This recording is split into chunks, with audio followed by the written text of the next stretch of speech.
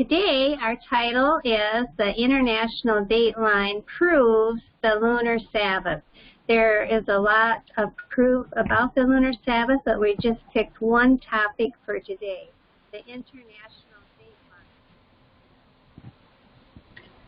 Dateline. An absolute proof against the Saturday Sabbath and its continuous weekly cycle myth is that its calendar's starting point does not begin in the heavens, but begins with a man-made imaginary line existing between Russia and Alaska known as the International Dateline.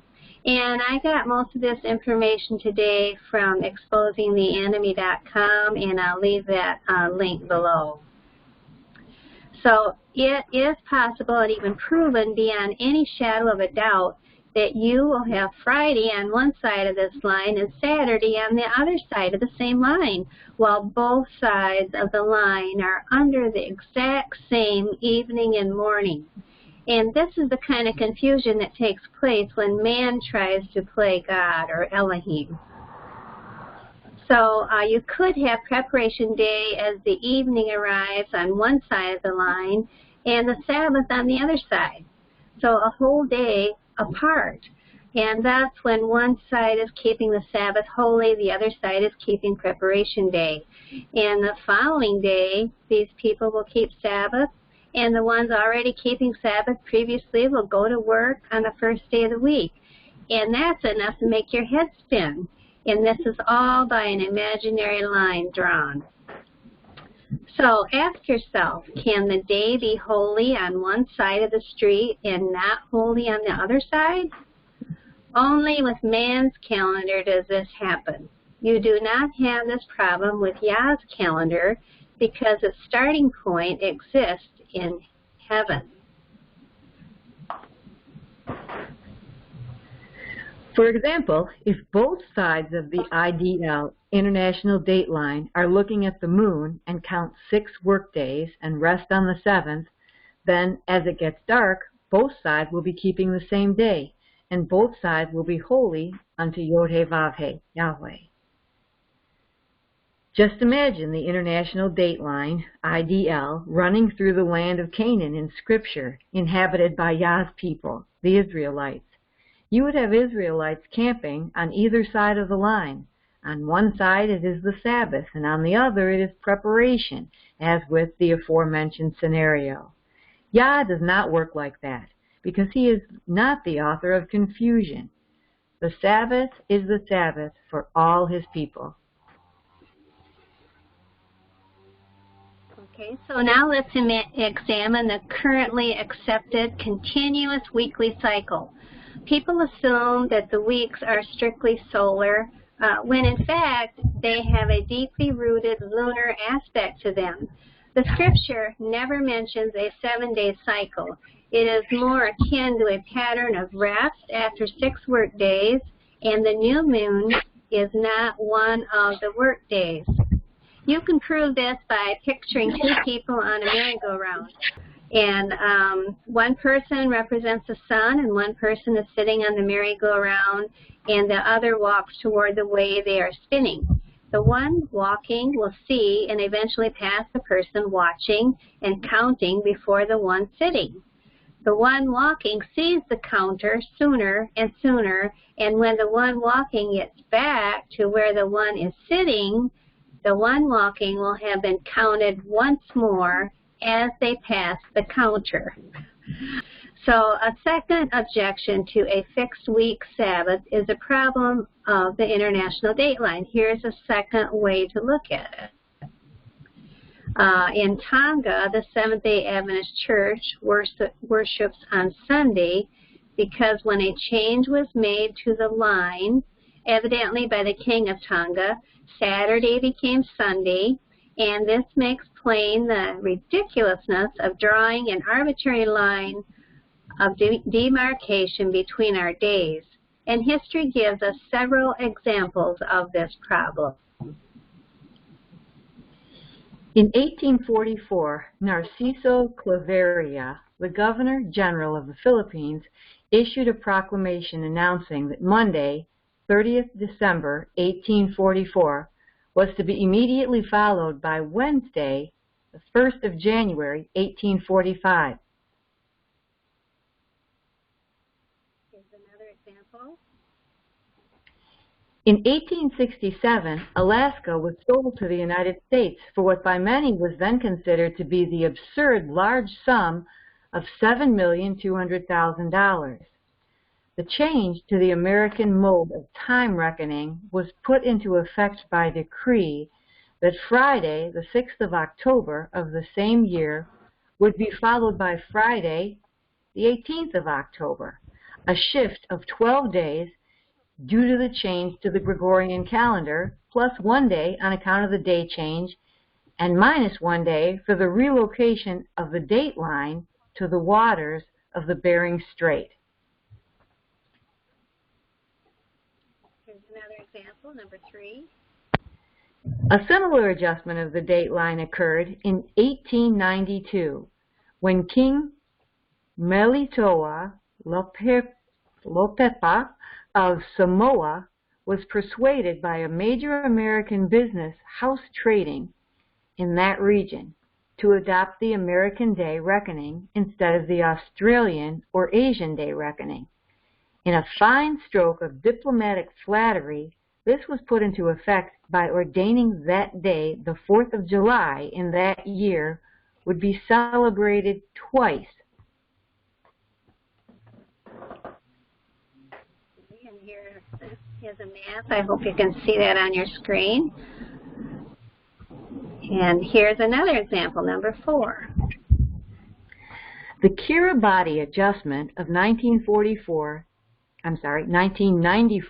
to 95. This extended group of islands, comprising the Gilbert Phoenix and the Line Islands, forms an independent republic within the British Commonwealth since 1979. Spread across an ocean area of no less than 5 million square kilometers, it consists of some 33 small atolls with a total surface area of only 717 square kilometers. About 20 of these atolls are inhabitable, totaling about 85,000 inhabitants. The headline here says the most recent major adjustment of the international dateline was announced in 2001.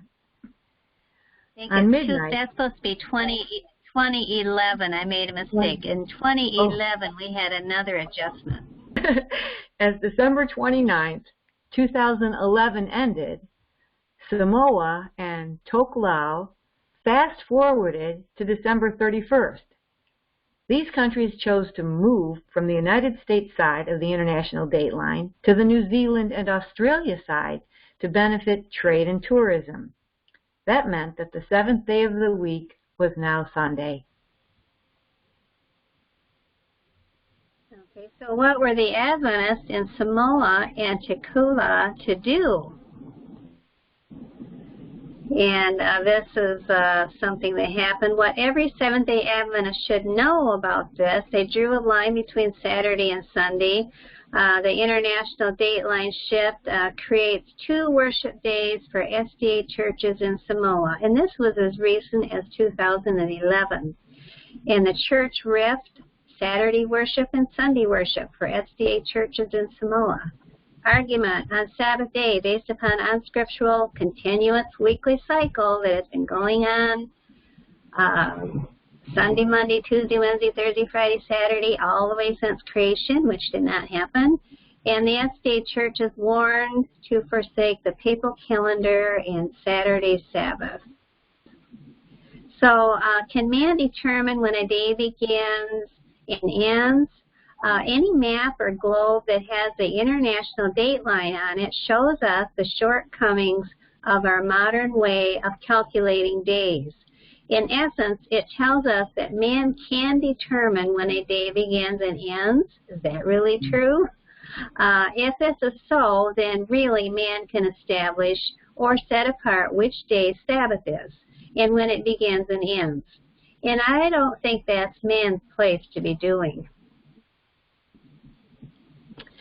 So can a man determine when Sabbath is? In essence, man places himself in the place of Elohim as the one who sets apart or sanctifies a day.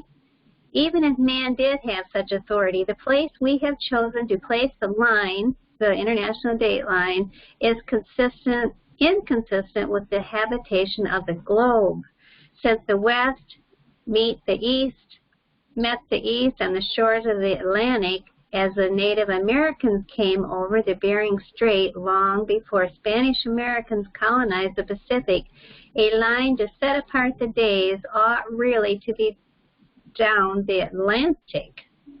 And the whole problem is solved, however, with the lunar solar calendar. And this is what it looks like. It's going to begin on the dark phase, which is new moon, and each quarter it gets brighter and brighter till we're in the middle of the month at full moon, and then it diminishes again. And this is the calendar in the heavens. So the Creator's calendar can solve this whole problem. There's no need for international date line. I'll let Anne read a little. According to the Roman calendar cycle, it is possible for 3 people to keep 3 different days as the Sabbath, and all be right, according to the Gregorian calendar. This is not so with the moon and the true natural patterns of Yahweh. Consider the following information taken from one particular article concerning the international date line as it relates to timekeeping, including the Sabbath day. To prove the man-made cycle is in error, just simply stop, think, and ponder. If someone were to walk east toward the sun while someone else stayed still, then the one walking would meet the sun earlier and earlier each day than the one sitting still, gradually gaining time until they get 10 hours, 15 hours, and eventually 24 hours ahead of the one sitting still, a full day ahead. Now, if the one walking travels around the earth back to where the one standing still is, he will have gained 1 whole day because he made an extra cycle around the earth, while the other sat still, waiting each day for the sunrise. The traveler actually gained a sunrise at the end of the journey around the earth, even if it took him 20 years to complete. This is a fact that cannot be denied, and given this fact, people keeping the man-made calendar cycle have serious problems. So if half of a group of people decide to go into the world evangelizing the good news and they migrate around the world keeping the 7-day cycle, guess what happens? When they meet up with the other half of the tribe 20 years later, or their descendants 2,000 years later, they would be 1 day apart on their Sabbath keeping, even though they have the same calendar and neither missed a beat on the 7-day cycle. Would you expect the travelers to go back around the world to get the same day as the others? Would you rather expect them to deny the cycle of 6 working days, counting the new moon in with the work days, and just get back with the other half by losing a day and change the cycle they kept the last 20 years, or their ancestors did for the last 2,000 years? So if someone left Israel and traveled east around the world and came again from the west, they would be keeping the Sabbath a day ahead of those that stayed. This would not have been noticed if everyone in Israel had migrated around the world and came back because they were keeping the 7-day cycle, and no one could tell them they were in another day. And both days could not be the day Jehovah rested on in the beginning. Here's a good question. If there were 2 tribes that migrated east and west from Jerusalem using the 7-day, uninterrupted cycle, their descendants would be keeping the weekly Sabbath on 2 different days when they meet on the other side of the earth, even if it is 200 or 300 years later when their descendants meet.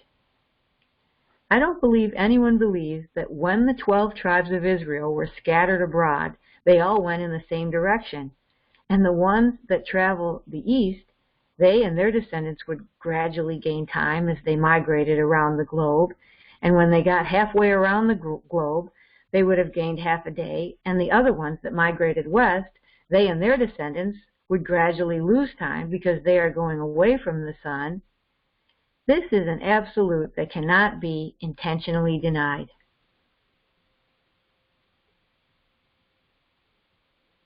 So if both tribes faithfully kept up with the 7-day cycle, when they or their ancestors meet on the other side of the earth, one will be keeping the day one full day apart under the same sunrise and sunset. Jehovah is not the author of confusion, and neither tribe would be willing to break their cycle because of the traditional count that was handed down to them from their ancestors. Technically, they would both be right according to the cycle, but both could not be right on the 7th day. This is an absolute. When the two tribes have only traveled 1/4 ways around the world, this will put them 12 hours apart, because one tribe will have lost 6 hours and another will have gained 6 hours, and they will be standing on opposite sides of the earth 12 hours apart. In essence, the one traveling east will see the sun 12 hours before the one traveling west sees it. Then, when they both continue migrating and their descendants meet on the other side of the earth, the one that travels east toward the sun will be 24 hours ahead of the one that travels west, and this puts them into 2 different daily cycles or days under the same sun. So, not to cloud the issue too much, but if there were 3 tribes, one tribe traveling east, one tribe traveling west, and the other stays put, then when 2 tribes that were traveling east and west passed one another and their descendants met back to where they started from, they would actually be keeping 3 different days for a week Sabbath, and every one of them would be 100% right on their count, but there's no way that they could be keeping the right Sabbath day. So this problem goes away with Lunar Sabbath, because when they meet on the other side, they're still watching the great lights, and when the moon rises on both of them, it will be the same day.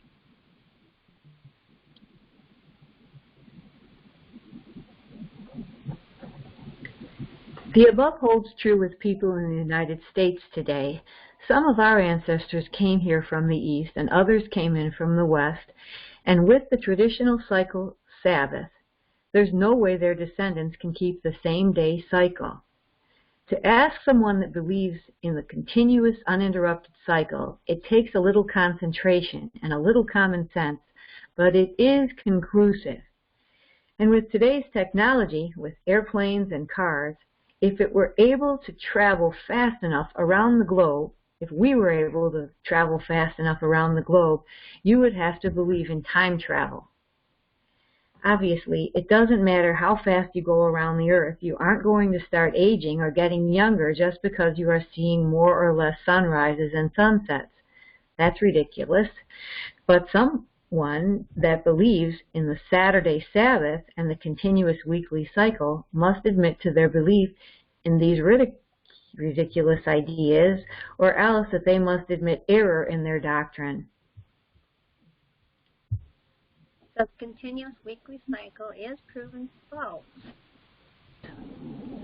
And the International Dateline proves the Lunar Sabbath.